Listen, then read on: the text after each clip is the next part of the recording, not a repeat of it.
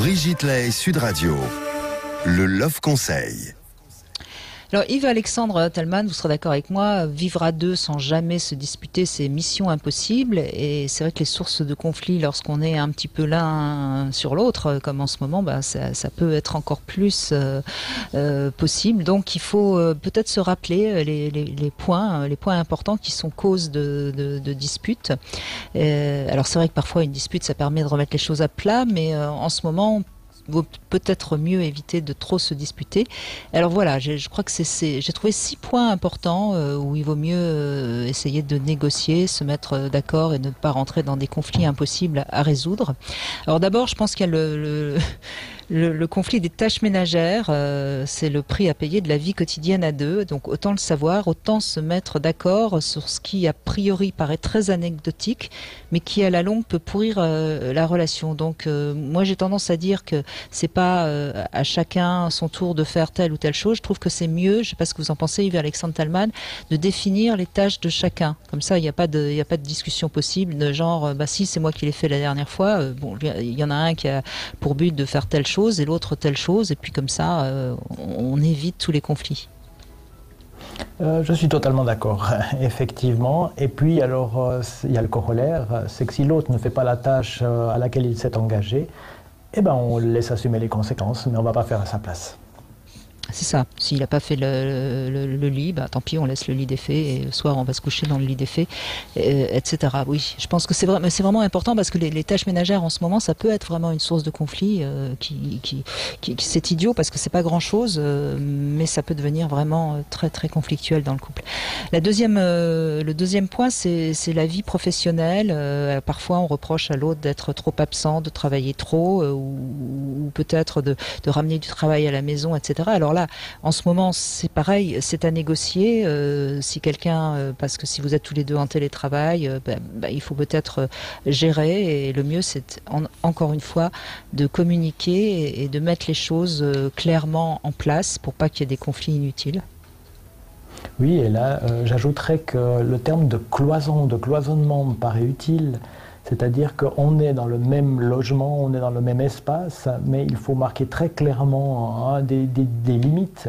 Là, je suis en train de travailler, donc je ne suis pas en train de faire autre chose, je ne suis pas pour toi, je ne peux pas discuter avec toi ou m'occuper des enfants. Et à d'autres moments, je vais m'occuper des enfants, à d'autres moments, je fais une tâche ménagère. Mais le danger qu'on aurait ici, c'est de faire un peu tout à la fois, puisqu'on est dans le même espace, dans le même confinement.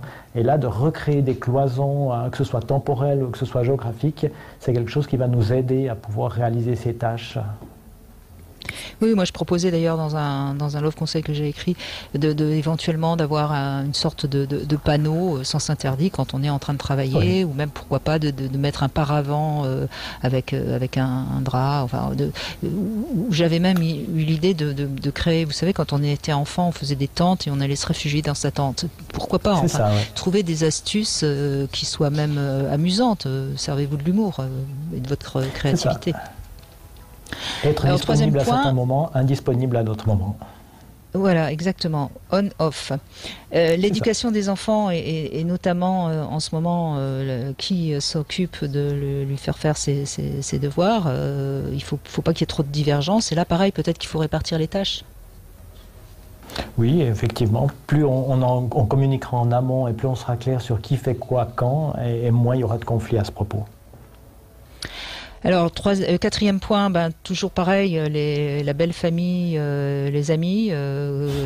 Si on trouve que l'autre est trop en train par exemple, si la belle-mère appelle tous les jours ou pas, enfin, c'est aussi un point qui peut créer des conflits à négocier, donc.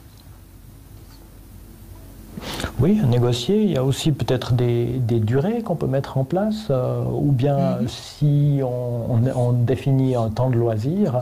Le téléphone avec la famille, la mère, le père ou que sais-je, entrera dans le temps de loisir. Et puis après, si je décide d'aller sur un écran ou d'appeler un proche ou d'appeler ma mère ou peu importe, mais dans ce sens-là, on a une limite qui a été fixée à l'avance et donc c'est beaucoup plus facile à vivre pour l'autre. C'est ça, on dit, à 20h, on prend ensemble notre repas et tu restes pas à discuter avec ta mère jusqu'à 20h30, par exemple. C'est exactement. Alors, autre point très important, surtout en ce moment, parce qu'on sait qu'il y a beaucoup d'angoisse par rapport à ça, c'est l'argent, tout ce qui est le budget du couple.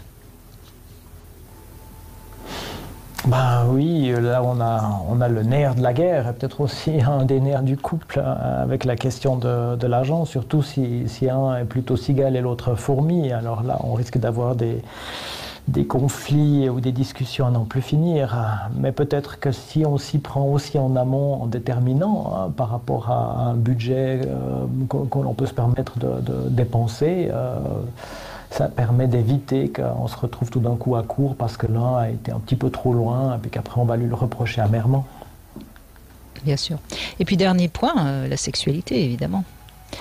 Le nombre de rapports, la manière de la pratiquer, c'est pareil là, on est aussi peut-être un peu trop ensemble, donc le désir est peut-être un peu moins présent et peut-être qu'il y en a un qui souffre de manque de désir, l'autre de manque de sexualité. Là pareil, il faut en parler. Oui, il faut en parler. Ce qu'on voit bien finalement, Yves Alexandre... Oui. Pardon, allez-y. Allez. Non, j'allais dire, il y a une dimension très très prosaïque derrière cette question-là, c'est que toutes les échappatoires et les divertissements à l'heure actuelle ont été limités. Je pense là à toutes les personnes qui entretiennent des relations extra-conjugales ou clandestines. Ils peuvent difficilement les vivre et donc ça exacerbe certaines tensions et certaines frustrations. Dans ce sens-là, il y a une difficulté de plus qui vient s'ajouter due à ce confinement. Je ne parle même pas ici des couples qui sont séparés, par exemple par une frontière. Je connais personnellement une personne dont l'ami est français alors qu'elle est suissesse. Tout simplement, ils ne se voient plus depuis des semaines, bientôt des mois. Il faut arriver à vivre avec ça. Donc tous ces échappatoires, tout ce qui nous permettait de voir d'autres personnes, de s'amuser peut-être ailleurs, a plus ou moins été réduit, ce qui fait qu'on se retrouve beaucoup plus dans la promiscuité avec notre partenaire, le cas échéant, et qu'il va falloir gérer ça. Peut-être que là, les écrans peuvent nous venir en aide, à savoir qu'il y a aussi une manière de vivre de la sexualité par écran interposé. Et pourquoi pas permettre ceci et de demander à l'autre, au partenaire aussi, d'un peu d'intimité qui nous laisse tranquille parce qu'on a envie de vivre ses fantasmes, de regarder je ne sais quel site internet pour vivre cette dimension, pour enrichir, alimenter le désir.